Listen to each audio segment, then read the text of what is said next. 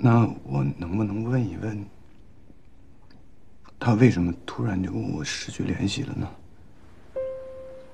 未来，你会明白的。舒澈，时间会告诉你一切。你把萧晴先放下吧，这样会对你更好。我很担心他。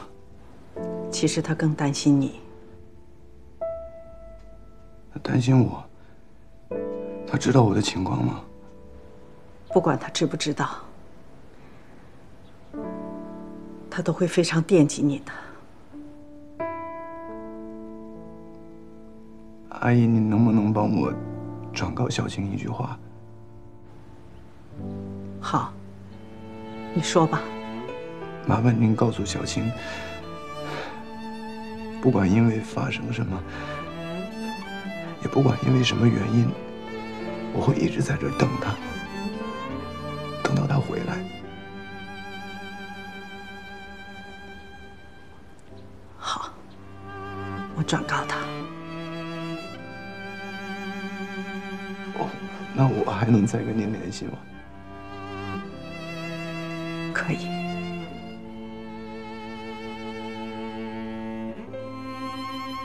谢谢阿姨。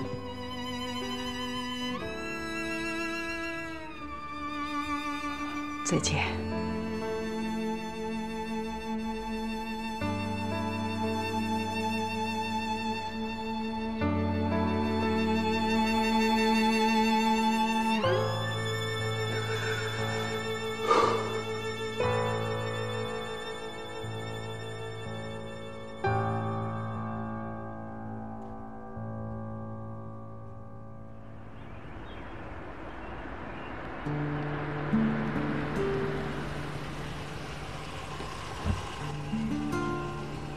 您好，请出示一下您的证件。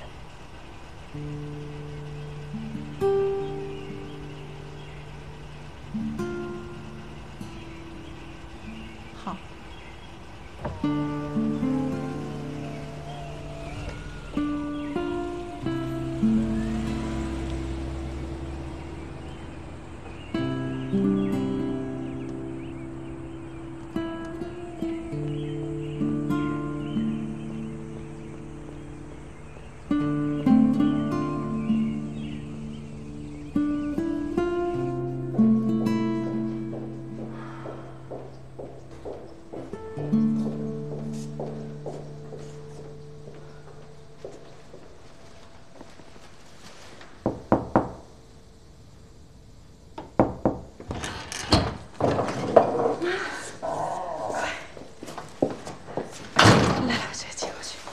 可想念你做的饭和菜了。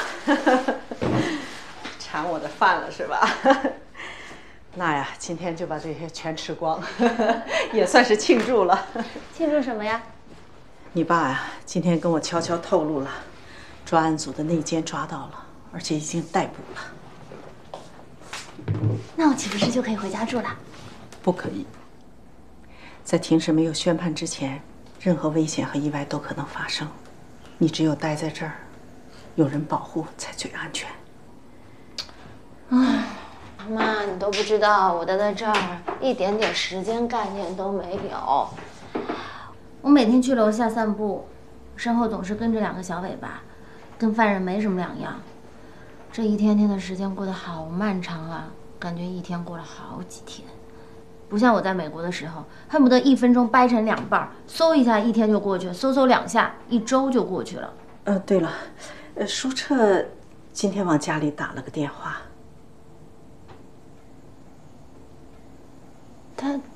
他怎么知道我们家电话呀？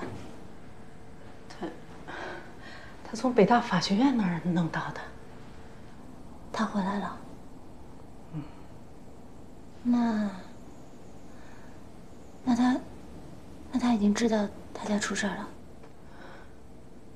但是他对你为什么离开好像一无所知。他说什么？他就一直在追问你为什么失踪失联。你怎么说呀？我能说什么呢？我就跟他讲，时间会告诉他一切的。以后你会跟他解释的。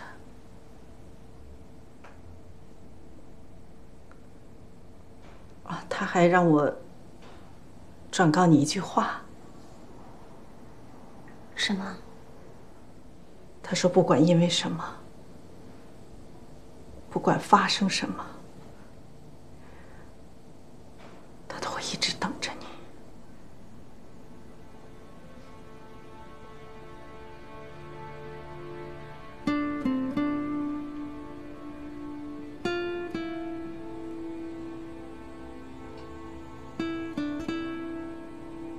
他还什么都不知道。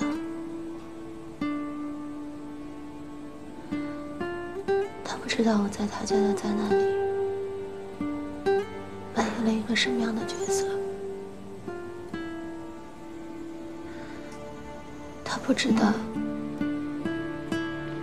再次见到我是在什么样的场合。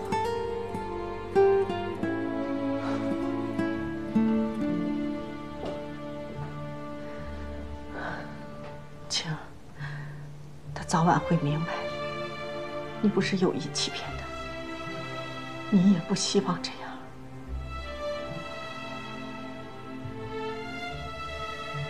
多希望他什么都不知道，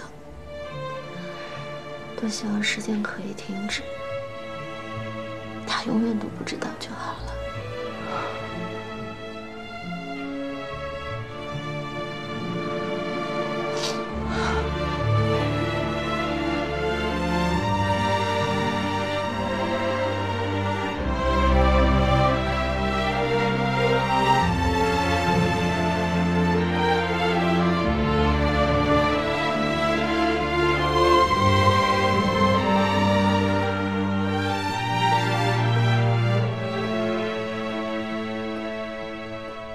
时间过得很慢，很慢，但它并没有随我的愿停下来，只是停下了我和舒澈妙莹的流血。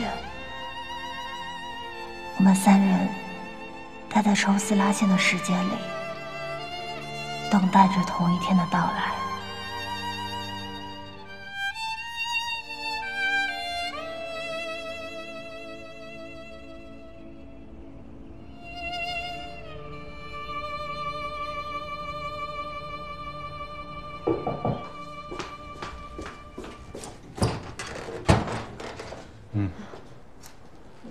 你怎么来了？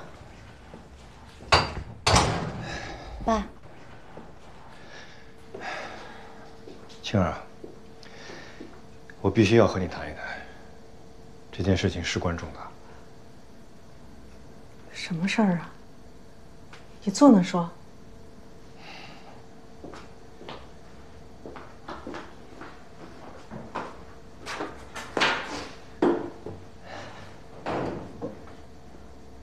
今天啊，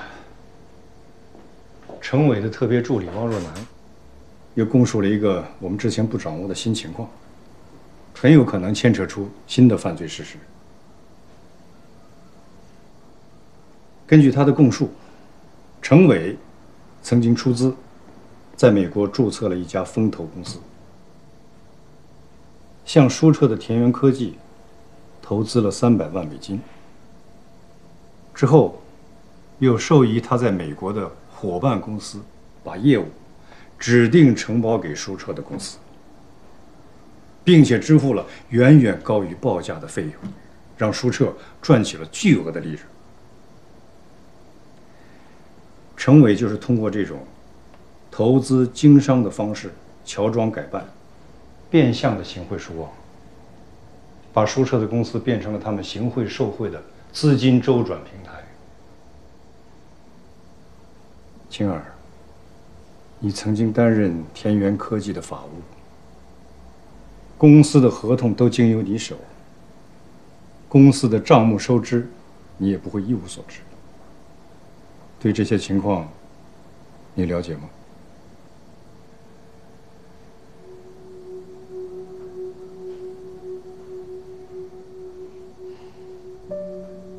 你全都知道，对吧？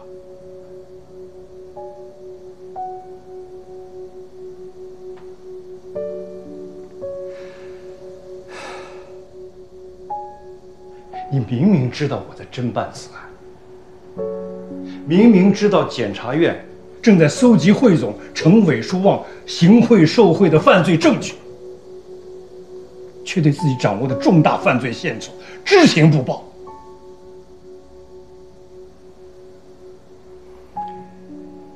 你是怕舒澈牵扯进去，对吧？好啊，程伟不说，舒旺不说，你和舒澈也不说。如果不是汪若楠立功心切，想把自己摘得更干净，那这么重大的一部分犯罪事实，这么新型的行贿受贿的手段，就被掩盖了。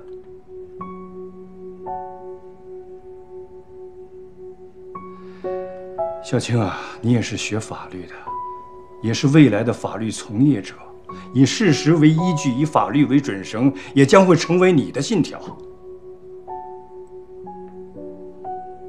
对事实隐瞒不报，无异于是同流合污、助纣为虐呀！你别忙着上纲上线，凭什么亲人都得知道啊？他是法务又不是财务。既然是新型的行贿受贿，既然是用办公司投资经商的高明手段乔装改办，在合同和账目上都找不到法律的漏洞，他们在桌面下的这些勾当和伎俩，青儿怎么会知道呢？我肯定他知道。青儿，事到如今，你不能再对我有丝毫隐瞒了。法律规定，每个知情的公民都必须履行作证的义务。你必须接受检察院和检察官的正式盘问，交代你在担任法务期间经手和了解的舒澈公司的合同和账目状况。你还真把闺女当犯罪嫌疑人审呐？于私，你也需要告诉我，你和舒澈的关系究竟到什么程度了？这一点至关重要，这决定了你在案件当中的身份和立场。因为如果证据确凿的话，舒澈即使不被追究法律责任，也事实上参与了犯罪，成为了舒旺索贿受贿链条当中的一环。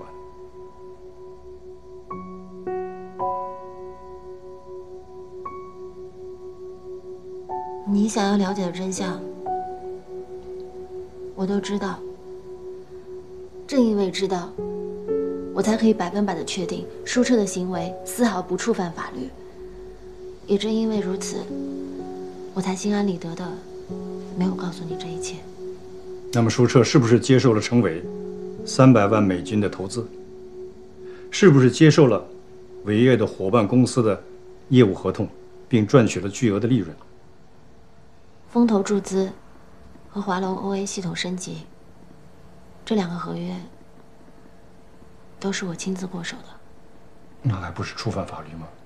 没有，因为舒澈他把300万美金的风投和承包华龙业务的170万利润，分文不差地退回给了这2家公司。因为舒澈的拒绝，程伟变相行贿的企图没有实现。这些你都是可以去查的。在田园科技的账目上清清楚楚地印证了我说的这些事实。你是说，舒澈把那些钱全都退回去了？没有想到，对吗？谁都不会想到，就连和舒澈一起创业的小伙伴们，他们都无法理解他的退款行为，因为在大家眼里，这笔钱来得光明正大。更让人想不到的是，舒澈为了防止程伟利用他公司行贿的可能，他不顾全公司的反对，暂停了田园科技的所有业务，并且不惜停止千辛万苦研发出来的域名解析服务器的市场推广。你看看，多干净的孩子！请你们去调查团队的每一位成员，让他们告诉你，舒澈做了一件在别人眼里多么匪夷所思的事情，让安妮来告诉你们，他是多么的百思不得其解，但不得不执行舒澈的指令，将那2笔款项打回给风投和华龙的账户。使得田园科技的账户一夜之间清零，甚至负债，付不出员工的薪水。我陪着舒澈经历了这所有的一切，从开始他对父辈权商勾结的一无所知，到他对唾手可得的钱感到不安和受之有祸，再到最后，他专程回国向他的父亲追问究竟。他所走的每一步路，我都清清楚楚地看在眼里。但这所有的一切，除了我之外，他没有任何人可以去倾诉。他没有办法阻止父辈之间的利益捆绑，他对他们之间的潜规则无能为力。但至少他做到了他曾经自己说过的一句话：如果我们没有办法改变这个世界，但至少可以不被改变。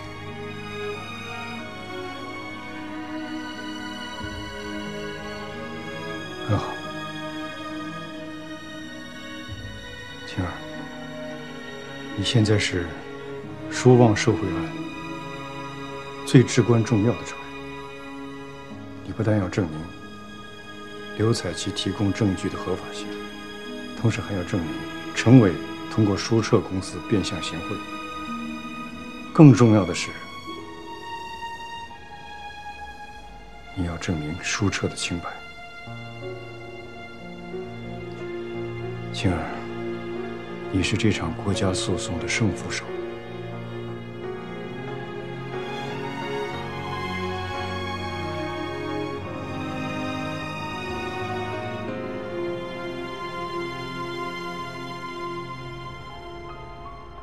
这是田园科技过去2年银行的流水，每一项收入和支出都有清晰的显示，请你确认一下。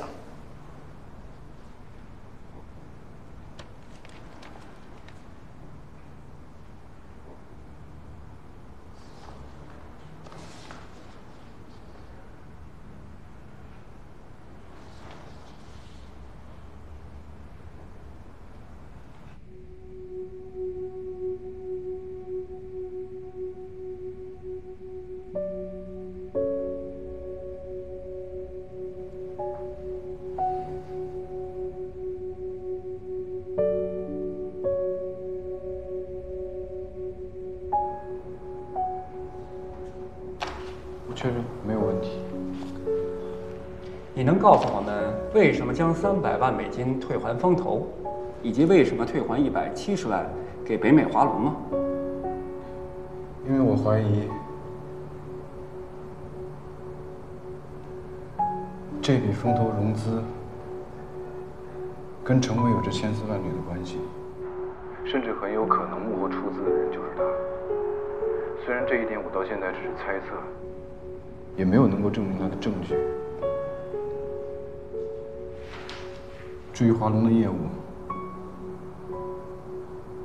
他们一点遮掩都没有，直接告诉我这是伟业送给我的大礼。从公司营运的账目来看，这些钱的来历没有问题。为什么你选择不要了呢？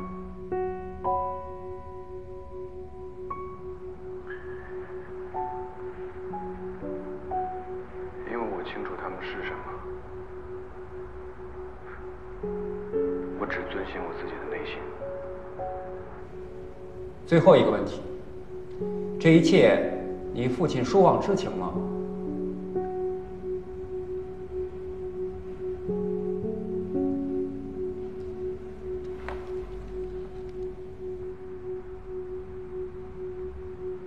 舒策，我们问的是你爸知道这些事情吗？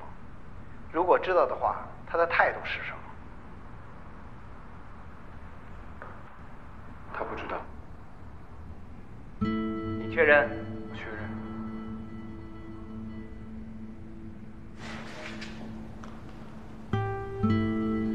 这是你和我们的谈话笔录，请你确认无误。如果没有篡改你的话，之后请在上面签名。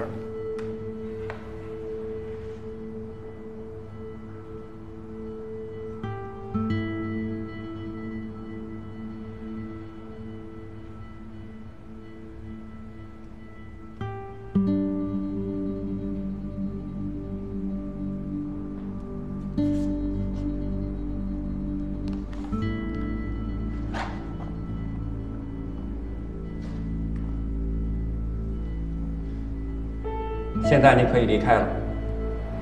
谢谢你配合我们调查。谢谢，谢谢。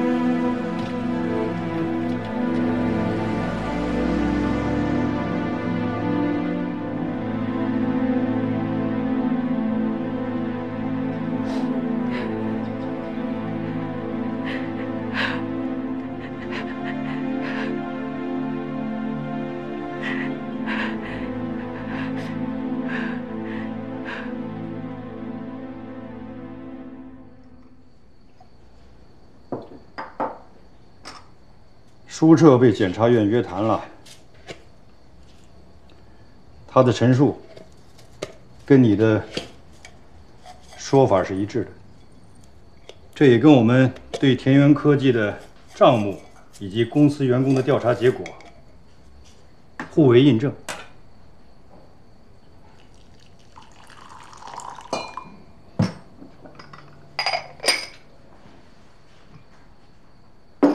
除了一点。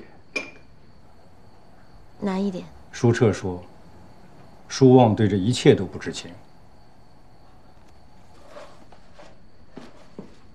他是想保护他爸，尽可能为他减责。嗯。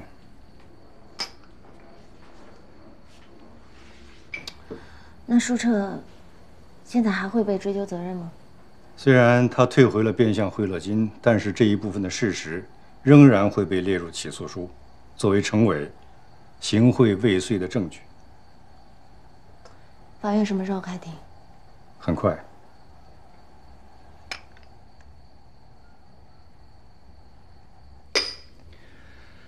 晴儿，你作为公诉方的证人，你至少要出庭2次。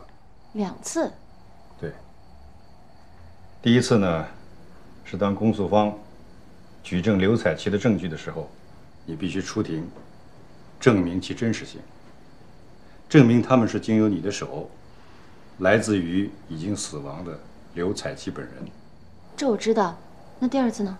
第2次出庭，你会被要求陈述在担任田园科技的法务期间，经手的合同和了解的账目情况。田园科技的情况，你们不都已经查得很清楚了吗？而且还有安妮和彭一他们的证人证言，为什么非得我上庭去作证呢？因为除了你，没有人能证明舒澈在说谎，说他爸不知情。你要我在法庭上当庭戳穿他？这一点将会影响到舒旺的最终量刑。爸，你让我把舒澈只对我一个人分享的秘密和隐私，把他对我的信任和依赖，把我们的爱情当作反击他的证词，当作制裁他爸爸的法律武器。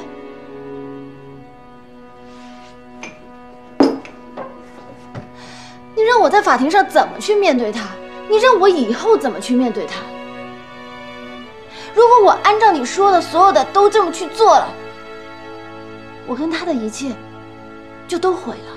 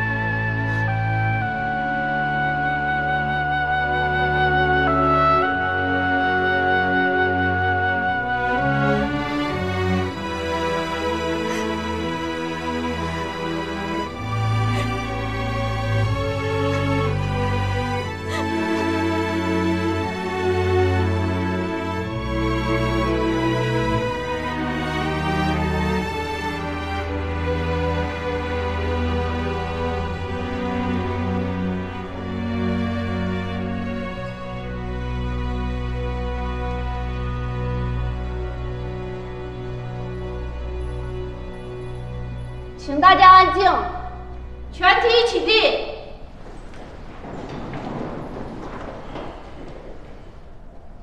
请审判长、审判员入厅就座。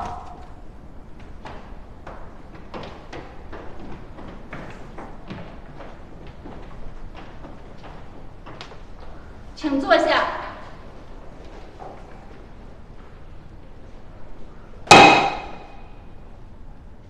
燕州市中级人民法院刑事审判一厅对燕州市人民检察院提起公诉的被告人舒旺涉嫌受贿一案，现在予以公开审理。传被告人舒旺到庭。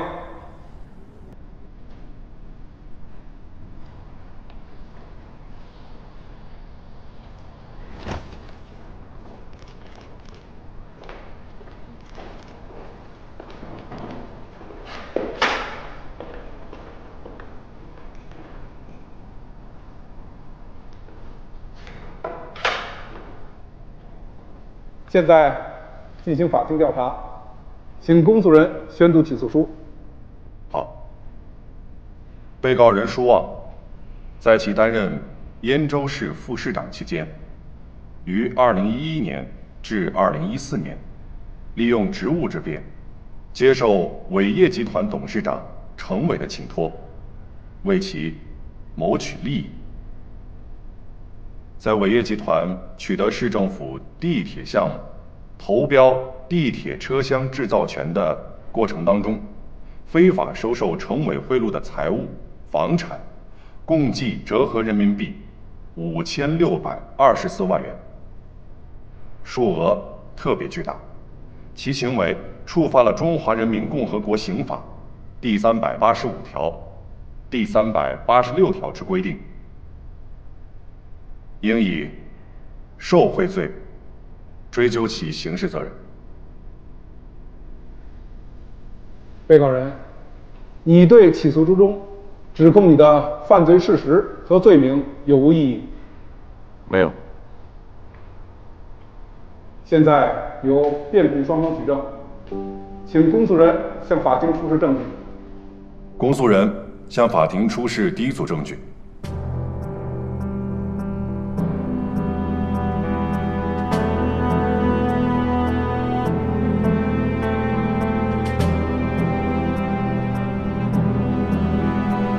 公诉人向法庭出示第二组证据。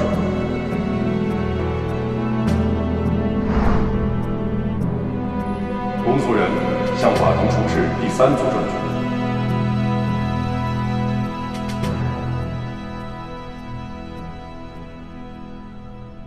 现在法庭进入证人质证阶段，法庭传唤公诉方证人肖青出庭作证。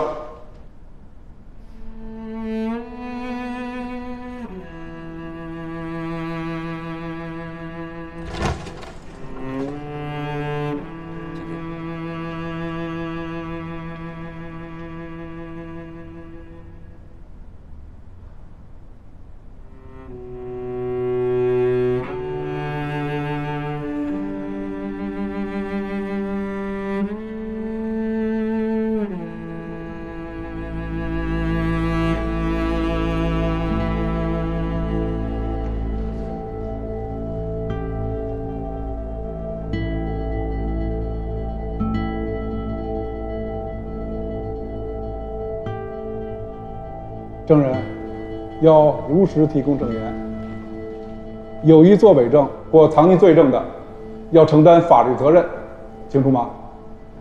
清楚了。现在由公诉人向证人提问。肖青，你认识证人刘彩琪吗？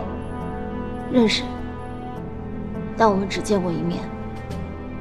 证人刘彩琪提供的证据，成为起诉书中第一组指控被告人现金贿赂，第二组指控被告人收受房产贿赂的重大依据。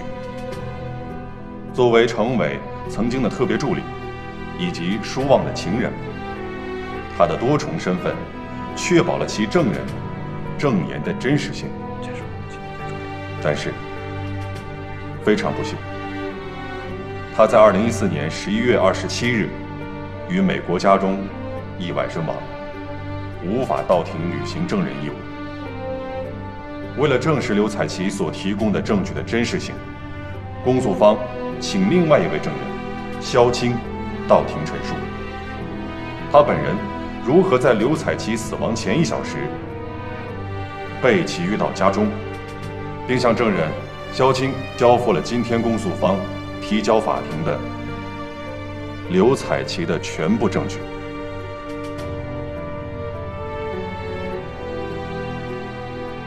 2014年11月27日下午3点，我按照约定来到美国旧金山富人区刘彩琪居住的别墅。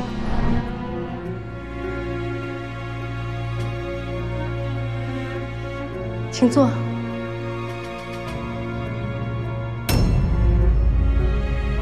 硬盘里的电子文件我都有拷贝，纸质单据我也留了复印件，但是所有的原件都在这个文件袋里。离开刘彩琪家的第2天，我在媒体报道上看到了她的死讯。随即，我被采取了保护措施，离开旧金山回国，直到今天出庭。我确认保证，刘彩琪死亡当天亲手交给我的证据，完好无损地递交给司法机关。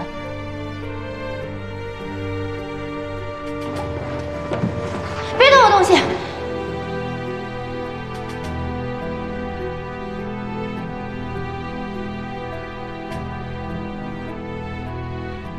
下面由被告辩护人向证人发问。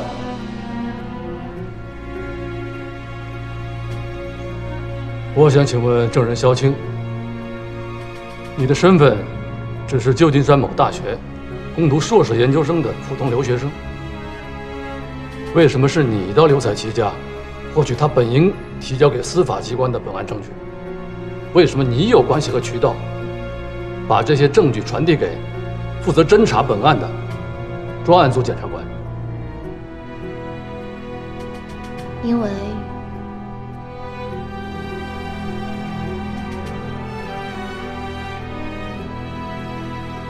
我应检察官本人要求，替他前往刘彩琪家取证据。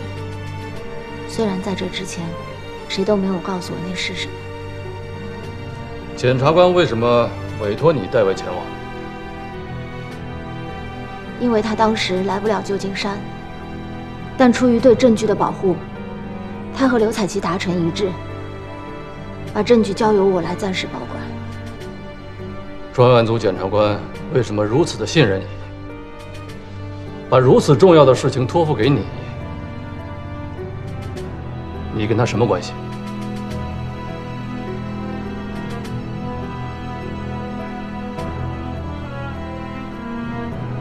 检察官是我父亲。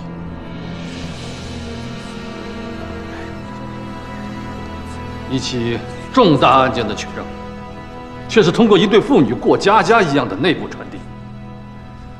这些证据的真实性，难道不应该被质疑吗？他是我爸。您是肖叔叔啊，舒澈，你好。肖叔叔啊，您是做什么工作的呀？啊，政府机关，国家公务员。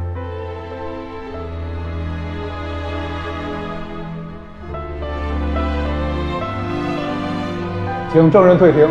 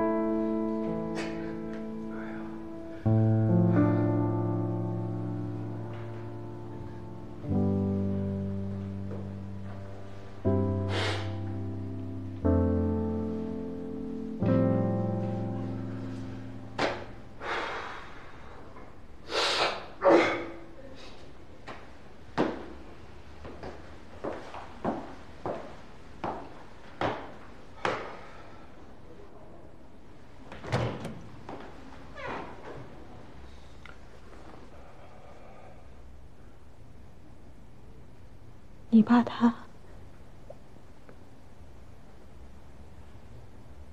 看上去还好，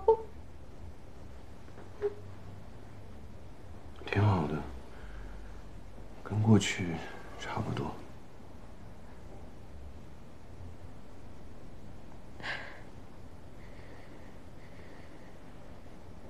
下次庭审的时间宣布了吗？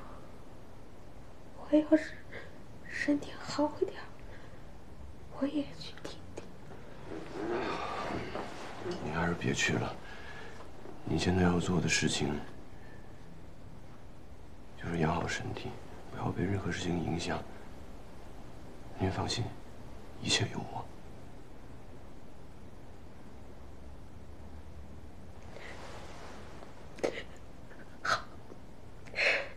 妈听你的。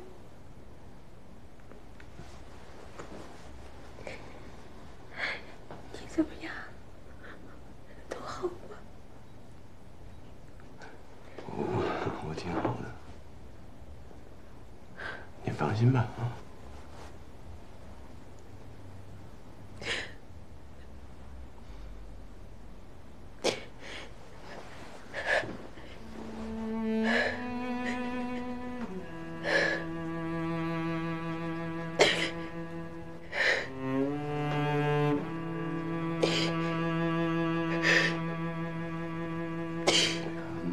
嗯。